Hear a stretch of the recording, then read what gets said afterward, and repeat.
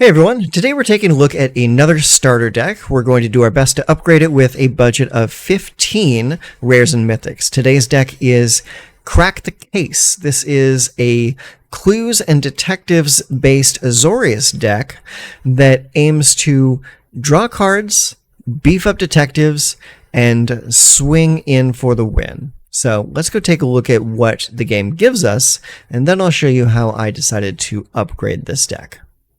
Okay, so here is the starter deck. This is the pile of cards that everyone gets access to. No changes to this so far. So what you can tell from this deck here is that it has a heavy theme on detectives. It runs a couple of just about every kind of detective that you get access to in white and blue. And you got a lot of clue token generation, ways to draw cards, ways to make more clue tokens, and it pretty much tops out with Ezram, Hotshot Investigators, and Agency Outfitter. Now, from what you can probably tell is we're going to end up cutting a lot of chaff out of this deck, because there's a lot of cards in here that are only even barely playable in limited. So there's no way that we're going to be able to take a deck like this out onto the standard ladder. So let's just take this in and I'll show you what I've really got for you today. Okay, so this is the upgraded version of the deck. You can already tell by the stacks here that this is a much tighter build.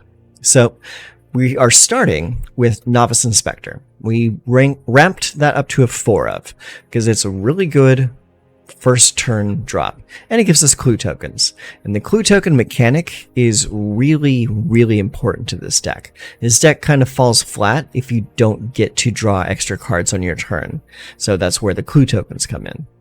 We're also playing 3 copies of Take Up the Shield. It's a great protective spell, good way to get back into the game if you're getting beaten down, and you can also save a creature for a profitable trade. Jaded Analyst. Now this card is really funny.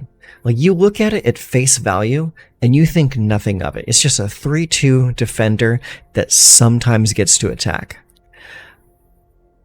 This card actually has won me more games than anything else in the entire deck. Like, this card coming down early and getting to grow bigger and swing every turn with Vigilance, really damn strong.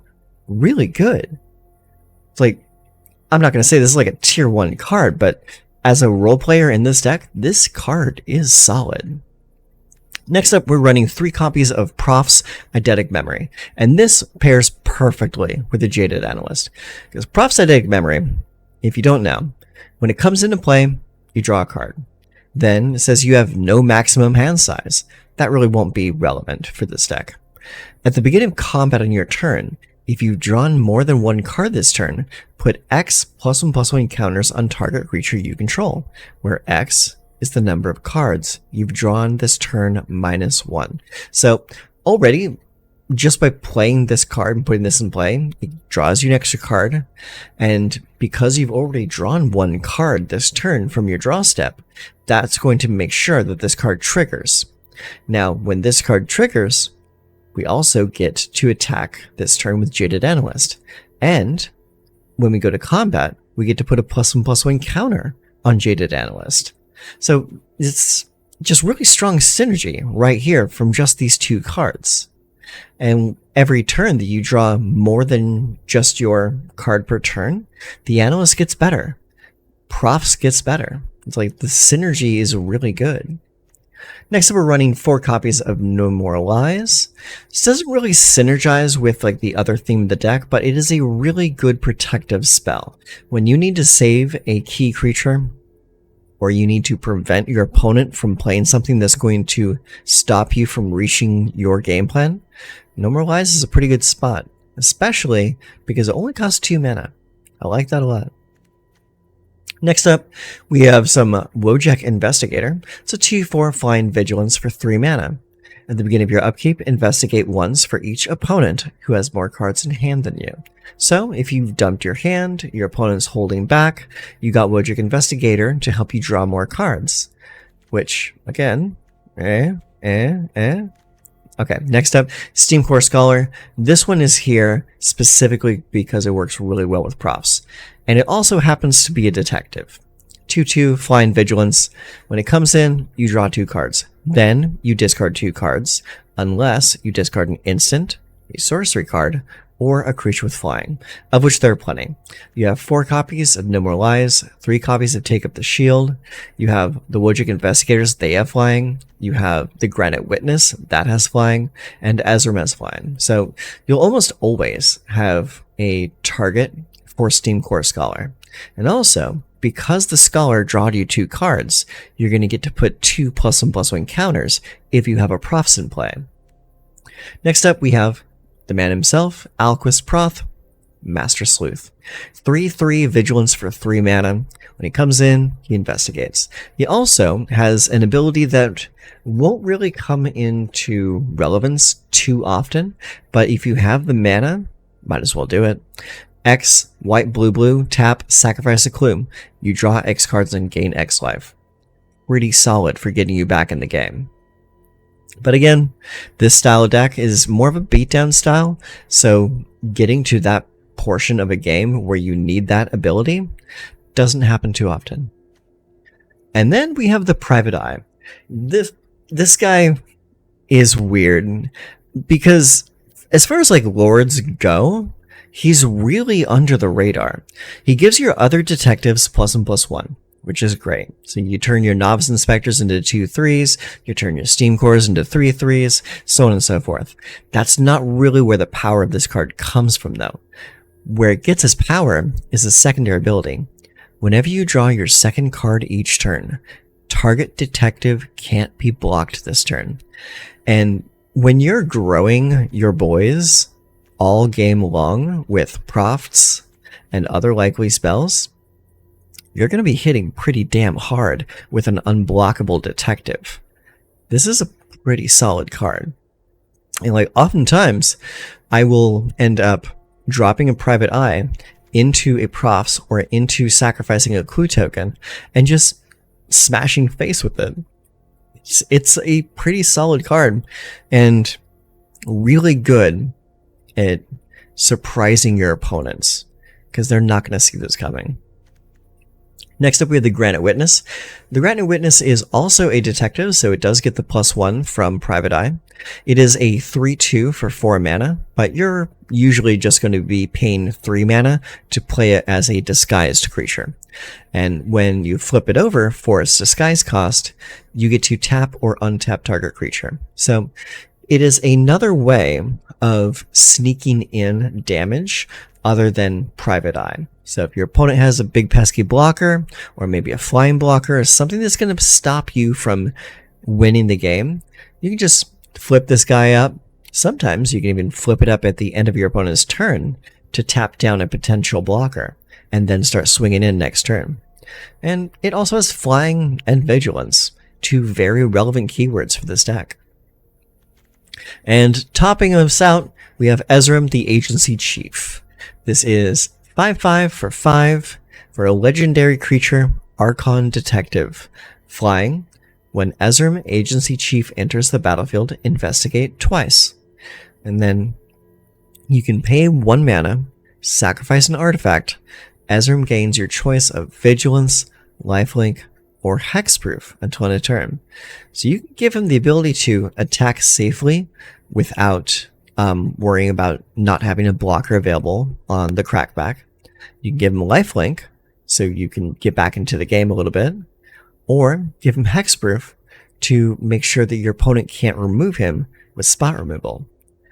He's a really solid, like, top of the curve creature.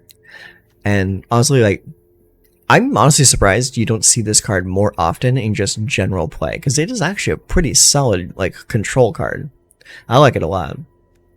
And mana base is untouched. We did not do anything to the mana base. Still the same. 10 plains, 10 islands, 4 Lonely Arroyo, and 1 Meticulous Archive. So, that's the deck. It's pretty straightforward. Play dudes, draw extra cards, profit.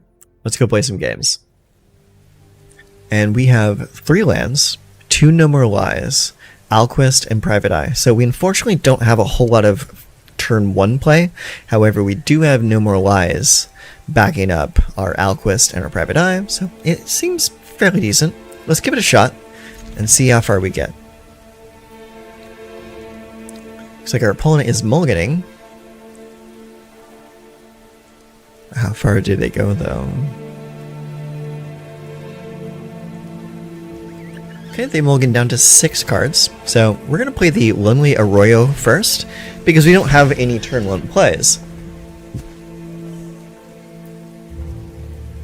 Let's see what our opponent does. Okay, opponent plays a Mountain. Tells me they're playing mono red. And they are. There's a Kumano. Okay, so now that we know he's playing mono red, we're going to just hold up some mana for this No More Lies, hoping that he tries to play a threat this turn. Okay, plays Mountain, and there's our threat for the turn. We will cast No More Lies on that. Okay, now we play our play for turn, and we're going to play Alquist Proft. Now he's very likely going to get bolted down very quickly. But we do have a potential blocker for the Etching the Kumano. So let's see what happens.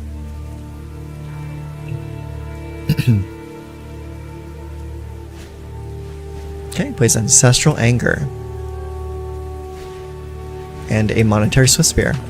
I probably drew the Swift Spear off the Etching. Yeah, we'll block.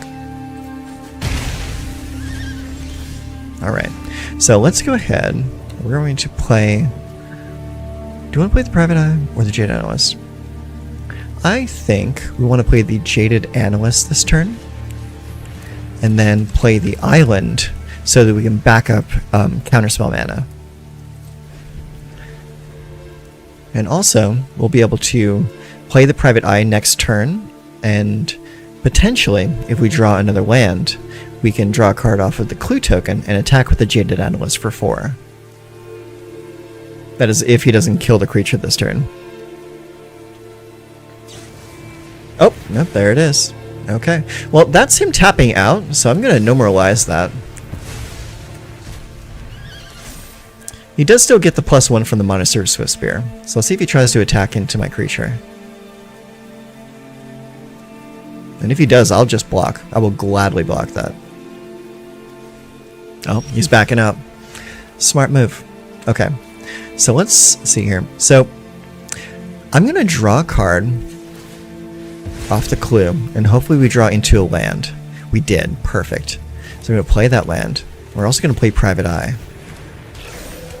And we're going to attack with the Jaded Analyst for 4 damage.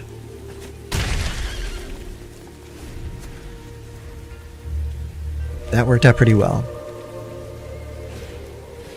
Oh, here comes the Slicky. Slicky swings in for 1. So that tells me he didn't have a whole lot to play out the first... play from his hand, I mean. Novice Inspector.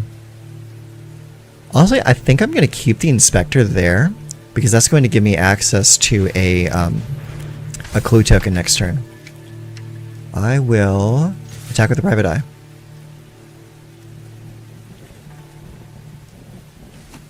Okay, he takes the damage. Perfect.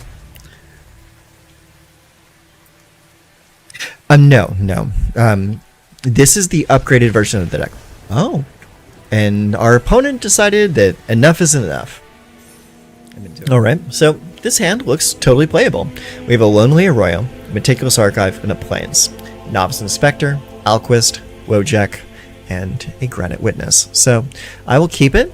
Our opponent goes first, though. Okay, so we'll go Plains into Novice Inspector and make our opponent think that we're playing Boros.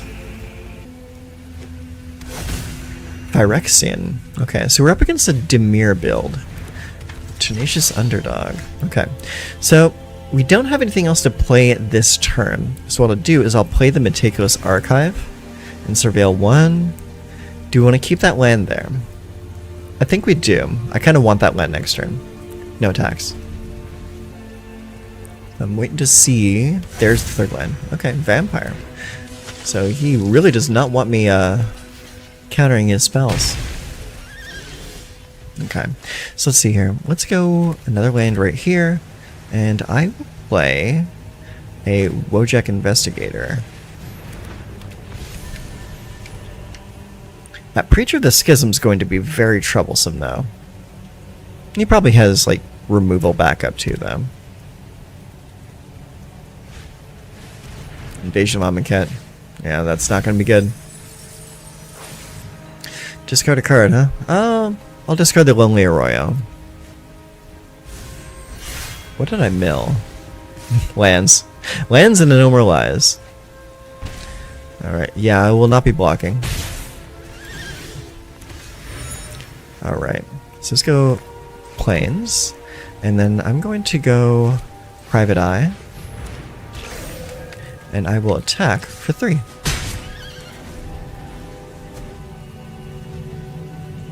Hey Farquaad, how you doing? I'm glad to see you joining the chat. We are playing the Crack the Case deck tonight. Let's see what kind of upgrades we can do to it. They played a Celestis into a Deep Cavern Bat. So they probably want to take my Ezram. That would be the best case scenario for them. I don't think they'd probably want to take either of the other two. Oh, I'm surprised they took the Alquist.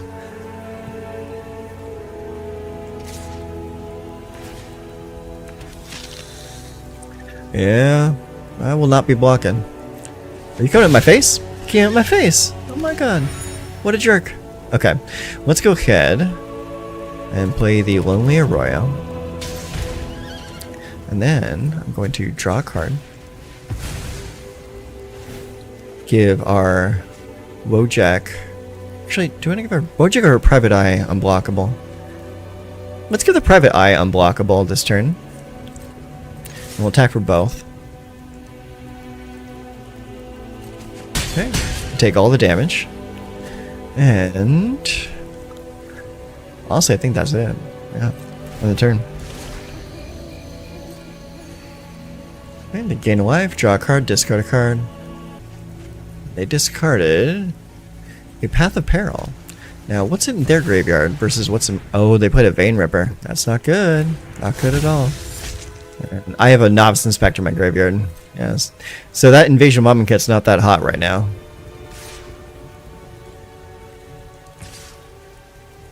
Okay. I'm gonna swing in with all of those, huh? Yeah, resolve that. Okay. We'll go to blocks. We'll block and kill that. They gain 1 life.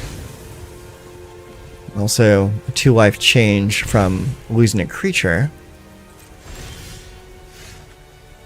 Let's see here. Alright, let's go land. Let's go... do we want Agency Chief? We can do Agency Chief. Now let's do Agency Chief.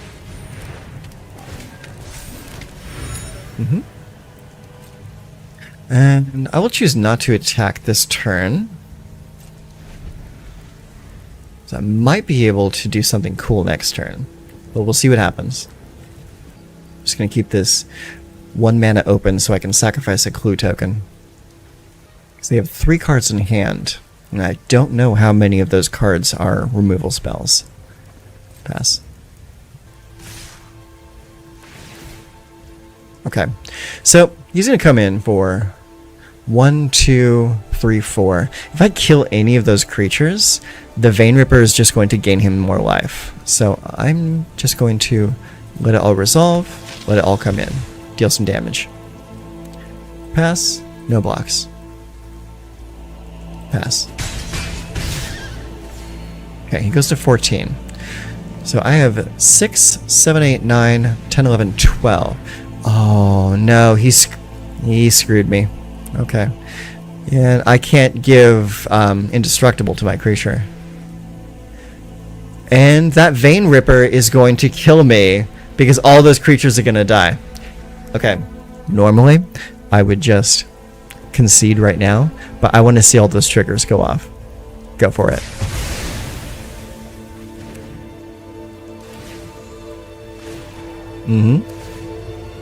That's a lot of triggers.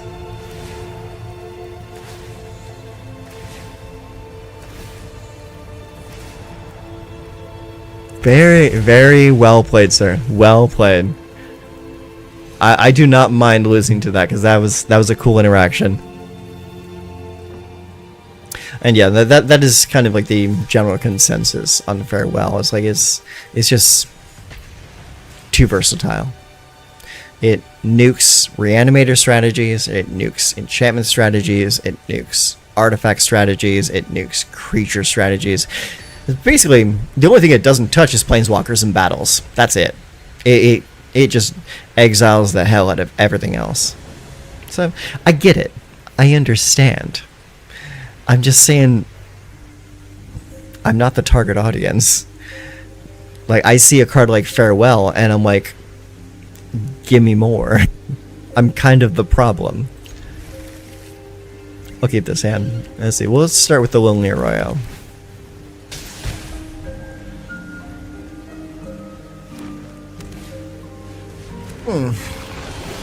Ouch. Alright, that's fine. Let's play this and play Jaded Analyst. We may need to race this deck.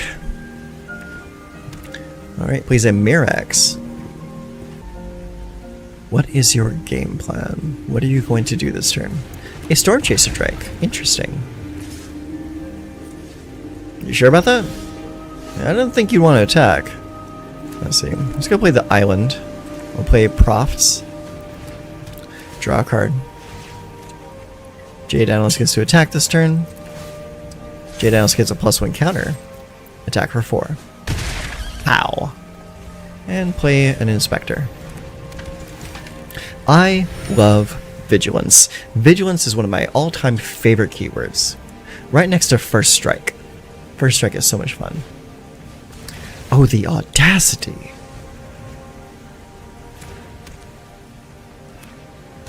Okay, he plays a Yavimaya Coast, so he has both blue or green mana to hold up.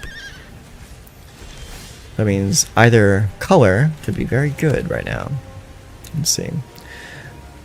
So, I could play the Granite Witness, or I could play the Private Eye. Either way, we're not going to be drawing a card this turn. So, I can play the Private Eye. Let's see if he has a counter spell for this. Okay. Now, he was holding priority, but I think that priority was just for, like, protection spells. What do you guys think about Bloodredder plus Rush of Dread combo? I think Bloodletter plus Rush of Dread is fun, it's cute, it can help get you there. My problem with it, and why I personally have not built a deck off of it yet, is the fact that it is it's a creature-based combo. And there are so many decks running around right now that are playing a critical mass of removal, not for combo decks like that, but specifically to fight decks like Mono Red and Boros. They're playing so much removal right now because of those decks. And because of that, you're going to be catching strays by playing a deck like Bloodletter combo. Let's see. Let's give that unblockable this turn. Okay. And give a +1 counter there. Swing.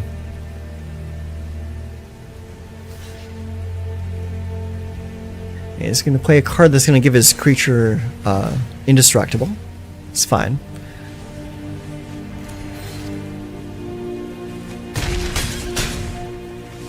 Okay, it goes to 9, and I will play Proft. Give me some more clue tokens. Let's see. Of Aught was designed like the Spree cards. I think it wouldn't be as bad. Yes, I agree with you. If it was designed in that pattern, I think you would be quite right.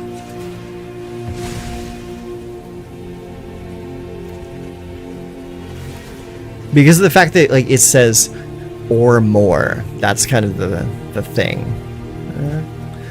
Let's give Unblockable to Alquist. Okay, he puts a colorless and a green in his mana pool.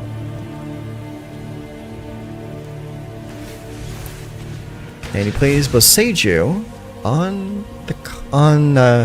my props. So he does not want me getting a +1 counter. That's fine.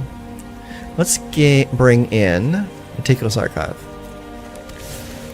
Decklist Archive gives me a Surveil trigger. That's a Plains. Get that out of here. I have too many lands as it is. Okay. We are coming.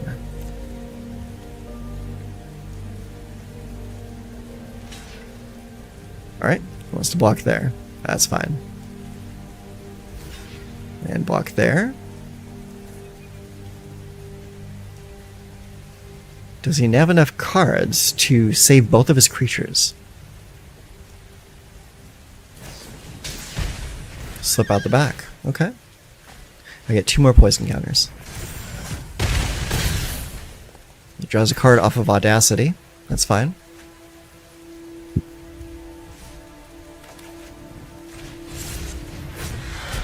I'm playing this face down so that in case he drops a solid blocker, I can tap it down.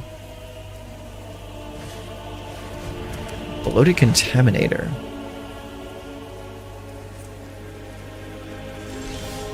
Okay, I think we're good. I'm gonna play props.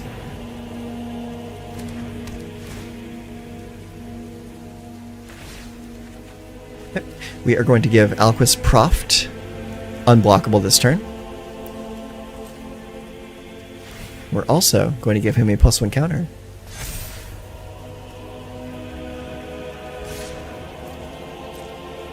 Do you have something for it? Oh, yeah, slip out the back for my creature. Okay, I'm into that.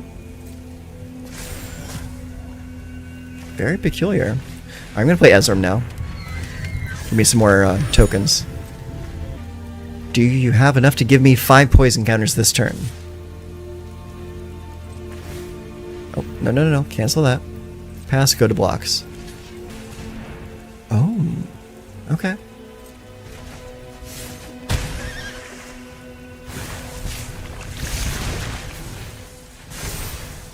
Okay, we're at 7. Can you get the rest done? Ooh, Steam Core Scholar. Up! Oh, he could not! He's out! Bye-bye. And mulligan that. Okay, that looks good to me. I'll keep that, and I will send back... Alquist or Private Eye? Which one? I think Alquist. Alquist is kind of a lightning rod. Alright, we've got a Swamp and a Fairy Dream Thief. Is this the Roots deck? It's blue and black, so potentially no. Alright, Jaded Analyst comes down. Probably play the Profs or Private Eye next turn. Ow! Jerk. Alright, take the 1 damage. Alright, let's go ahead and play Plains, and I'm going to play Prof's Eidetic Memory first. Get an attack in with this. Attack for 4. Pow! Alright, let's see that 3rd land. Okay, he plays an island, and he plays Deduce. Deduce is a good card. Sleight of Hand, interesting choice. So, this is reading combo for me. It's reading that he wants to reach a certain point in his deck. Now, that also tells me that I want to keep mana open for No More Lies, so I'm going to pass on the attack this turn. Now the question is, what combo is he going for? Because he's got a handful of danger over there. Just need to find out what his plan is. Okay. I don't like seeing the rope this early in the game. So typically when you see the rope this early, it means the opponent has left the match. And I don't see their hand hovering over anything. Nothing is highlighted from their end. Oh, there it is. Okay, cool. He's doing something. He's doing something. I'm stopping it.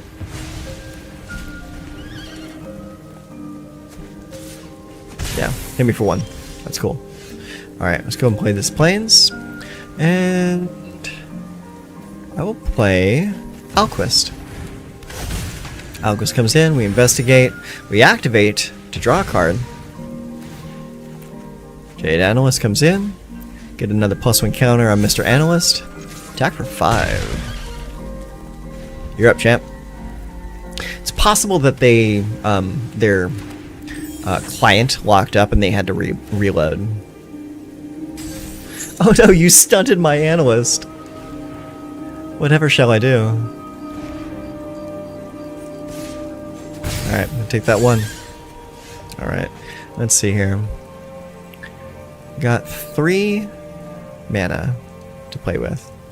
Do you want to play the Wojak? It's either the Wojak or the Private Eye. I think we're playing the Private Eye this turn. Attack for 4 with Alquist. Okay, he blocks with the Sprite. Very cool. Talien's Messenger. Is this a... This is a Fairies deck! How did I not notice that this was a Fairies deck? Oh my goodness. Oh my goodness, oh my damn. Okay, so... He's tapped out. He's tapped out, but I won't be able to protect my Ezreal if I cast it this turn. So instead, I'm going to play Wojak Investigator. And then I will attack with both of those.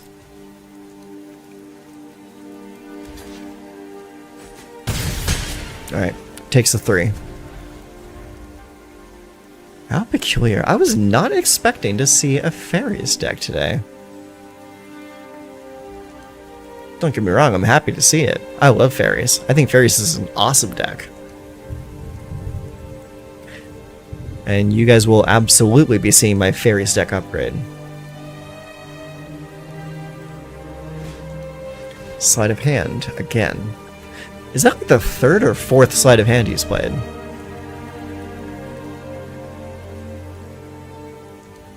That's a clue token, right? Yep, sure is. Alright. Take our turn. We unfortunately do not get a clue token. I'm coming with everything. 3 steps ahead, huh? Alright. Let's hit that with No More Lies.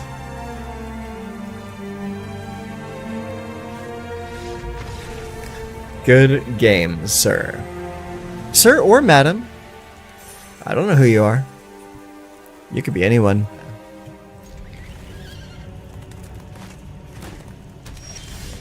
And it's got enough removal and enough different removal to be fairly competitive against most things. Poison Dart Frog, huh? Interesting choice.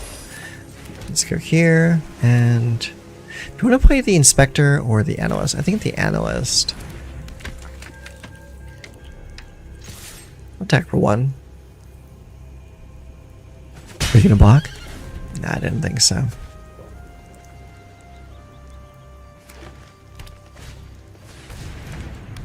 Yeah, I've got an idea for another build, and that build is what is it?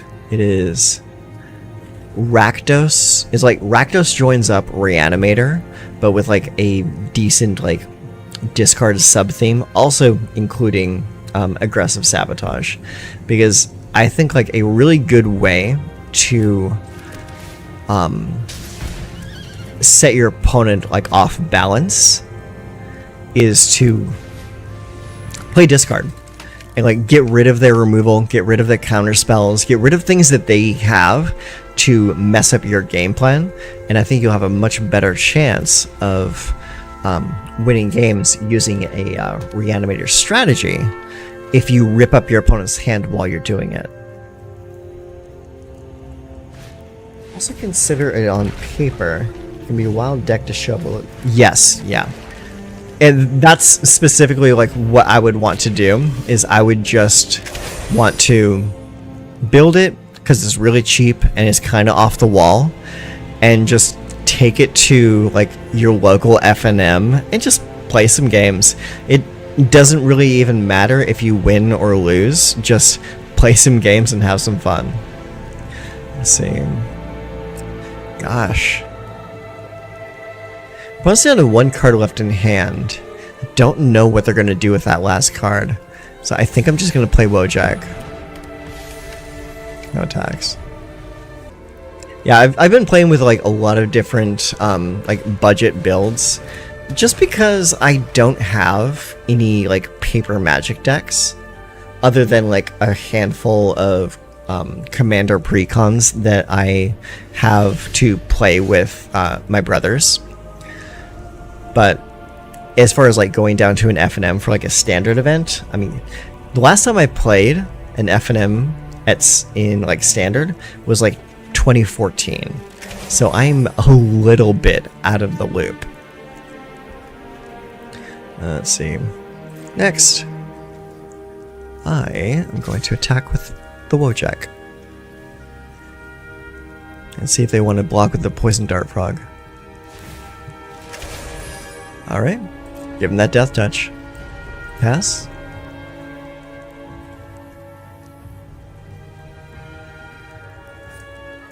Waiting to see them block. Do you want to block the Wojak? He's coming. Alright, there we go. Let's take up the shield. Boop. Yeah, knock that guy out. Gain some life in the process. Play a Novice Inspector. So you're just playing a ton of mana dorks in that deck, aren't you?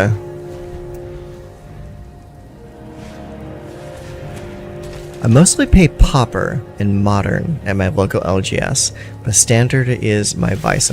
Yeah, same for me. Like I used to be a very like competitive, like tournament grinder kind of guy, but after a while I kind of fell out of it, and I lost my play group, and real life kind of happened, and so I couldn't really do all the things that I wanted to do.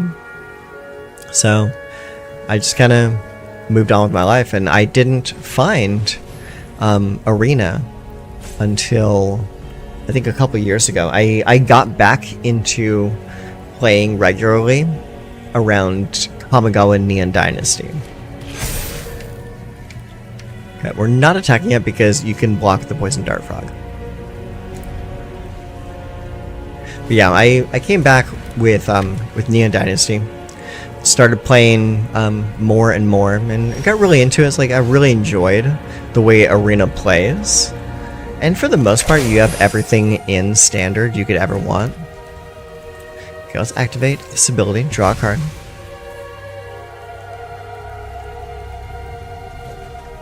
Okay, another Wojak.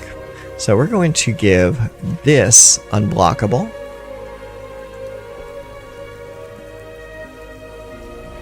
And we are going to attack with this, this, and this. Keep back a few guys for blocking. Yeah, attack. And you take it.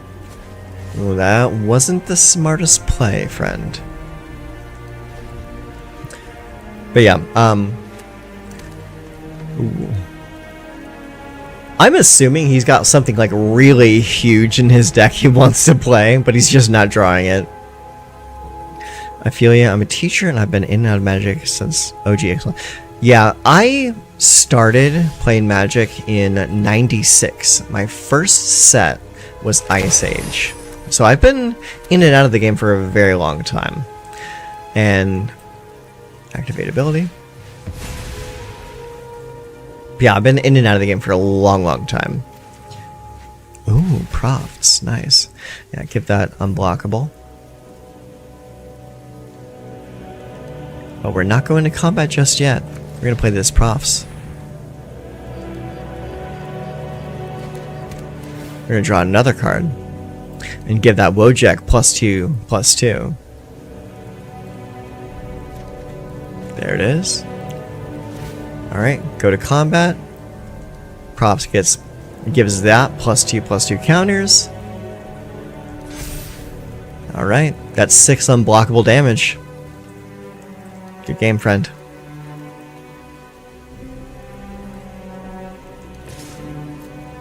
Just stack with that. That's it. Yeah, I'm ancient. I was born in '82, so I've got a few years on me. Yeah, I discovered Magic when I think I was 13, in around like '96. Ice Age was the set that was available at the time, and I only discovered the game because this nerdy friend of mine invited me over to his house one day and showed me his cards at his house. And I'm like, this is kind of cool. How do I get into this? And that was honestly that was the beginning of the end. I was like, I got into it and I just kept on going. Okay, here we are with the post-game wrap-up, and here are my thoughts on this particular starter deck upgrade. Solid is exactly where I will put it. It has a very clear game plan where you want to play dudes, investigate, draw extra cards every turn so that you can swing in with the Jaded Analyst, make things bigger with profs, make things unblockable with Private Eye, and just kind of steal games from opponents that aren't really expecting it. This, as far as Azorius, like mid-range beatdowny style decks go, you can definitely do worse. But also, this is a pretty cheap deck to build. It's only 15 rares across everything that we have here. If you wanted to further upgrade this deck, I would probably go after the mana base first. Spending some rares to replace the Lonely Arroyo, or even add additional dual lands into the deck on top of Lonely Arroyo and Meticulous Archive, would probably do you well. I would probably target the Restless Anchorage first, and then maybe a few lands that come into play untapped. Maybe some pain lands, some fast lands, that kind of stuff. So that's where I would focus my budget at first, is the mana base. After that, probably work on getting some good removal into the deck. Because, like, at the moment, we don't have a whole lot of removal, but the deck doesn't exactly need a whole lot of it otherwise. But yeah, that's my thoughts on the deck. I would say if I were to rate it 1 out of 10, I would probably put it at a good 6.5 to 7 out of 10. It is a slightly above average mid-range deck. It is a lot of fun, pretty cheap, and I would honestly take this deck as like a starter deck for myself. Like, if I was just starting out the game and someone handed me a deck like this, I would play it, no doubt about it. So anyways, that's it from me. If you want this deck, I will put a link to the description box down below. And now that you've seen it, go play some games. Take care of yourselves.